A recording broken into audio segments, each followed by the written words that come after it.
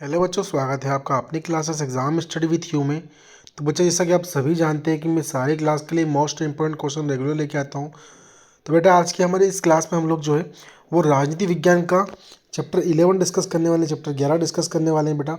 यहाँ से जो आपके 2 नंबर के क्वेश्चन बनने वाले हैं बेटा, ठीक है, ध्यान दीजिएगा। तो आज का हमारा चैप्टर 11 है, इसका नाम होने वाला है भारत के विदेशी संबंध। ठीक है, देखिए बेटा, इसका पहला क्वेश्चन जो है क्या बोल रहा है। देखिए, पहला क्वेश्चन बोल रहा है बेटा हम लोगों का कि भारत की या विदेश नीति से आप क्या समझते हो, विदेश नीति होती क्या है। तो एक राष्ट्र विभिन्न देशों, अंतर्राष्ट्रीय संगठनों, अंतर्राष्ट्रीय गतिविधियों तथा आंदोलन एवं अंतर्राष्ट्रीय समस्याओं के प्रति जिन नीतियों को अपनाता है उन नीतियों को सामूहिक रूप से जो है विदेश नीति कहते हैं। मतलब जिन नीतियों के द्वारा हम लोग व्यापार व्यवसाय करते हैं, संबंध स्थापित करते हैं, उनको हम लोग क्या बोलते हैं बेटा, उनको हम लोग विदेश नीति कहते हैं। ठीक है, फिर अगले क्वेश्चन की ओर बढ़ते हैं बेटा। हमारा अगला क्वेश्चन देखते हैं। तो क्वेश्चन नंबर 2 हम लोग का बोल रहा है कि भारतीय विदेश नीति का प्रमुख सिद्धांत लिखिए। तो भारतीय विदेश नीति का प्रमुख सिद्धांत है अंतर्राष्ट्रीय राजनीति में स्वतंत्र विदेश नीति का पालन करना। मतलब कोई भी देश किसी भी दूसरे देश से, अन्य देश से आसानी से जो है नीति जो है विदेश संबंध स्थापित कर सकता है और वस्तुओं का आदान प्रदान कर सकता है। ठीक है, वहीं क्वेश्चन नंबर 3 हम लोगों का होगा कि भारतीय विदेश नीति का मूलभूत सिद्धांत क्या है। तो भारतीय विदेश नीति का मूलभूत सिद्धांत शांतिपूर्ण सह अस्तित्व बनाना तथा पंचशीलता का है। किसका है? शांतिपूर्ण सह अस्तित्व बनाना। मतलब ये चाहते हैं, भारतीय विदेश नीति ये चाहती है कि प्रत्येक देश परस्पर मिलजुल कर आपसी संयोग से मिल मिलाप से कार्य करे।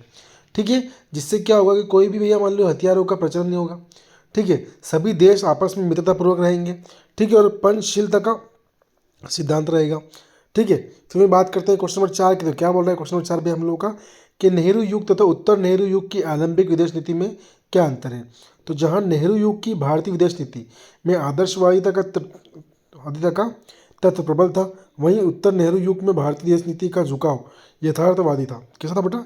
यथार्थवादी था। ठीक है, वहीं अगर आगे बढ़ते हैं हम लोग क्वेश्चन नंबर 5 की ओर देखते हैं बेटा हम लोग हमारे। तो क्या है ट्रैक टू कूटनीति से आप क्या समझते हैं। तो जब नीति क्या बोला, जब निजी संस्था एवं सामूहिक अथवा व्यक्तिगत व्यक्तियों द्वारा दो अथवा अधिक देशों के बीच कूटनीतिक भूमिका का निर्वहन किया जाता है तो उसे ट्रैक टू कूटनीति कहा जाता है। ठीक है, वहीं क्वेश्चन नंबर 6 की बात करते हैं हम लोग। तो क्या है ब्रिक्स का अद्यतन 14वां शिखर सम्मेलन कब हुआ था। तो ब्रिक्स के 14वें शिखर सम्मेलन की मेजबानी वर्चुअली चीन द्वारा 23 जून 2022 को बीजिंग में डिजिटल माध्यम से शुरू की गई थी, जिसमें भारतीय प्रधानमंत्री श्री नरेंद्र मोदी ने भी भाग लिया था। इस सम्मेलन का विषय उच्च गुणवत्ता वाली ब्रिक्स साझेदारी को बढ़ावा देना है।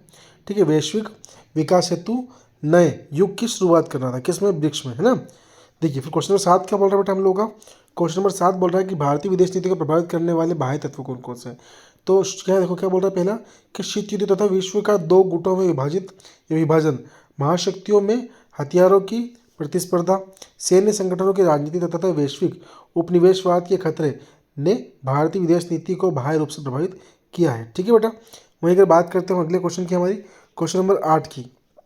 तो क्या बोल रहा है बेटा कि भारतीय विदेश नीति को प्रभावित करने वाले आंतरिक तत्व कौन कौन से। बाह्य तत्व पढ़ चुके हम लोग। अब देखिए आंतरिक तत्व कौन कौन से। तो भारतीय विदेश नीति को प्रभावित करने वाले आंतरिक तत्वों में तीव्र आर्थिक विकास की आवश्यकता है, राष्ट्रीय आंदोलन के आदर्श तथा भारतीय ऐतिहासिक परंपरा एवं आदर्श विशेष रूप से उल्लेखनीय है। क्वेश्चन नंबर 9 की बात करते हैं बेटा। तो क्या बोल रहा है क्वेश्चन 9 हम लोग का कि दक्षिण दक्षिण संयोग क्या है।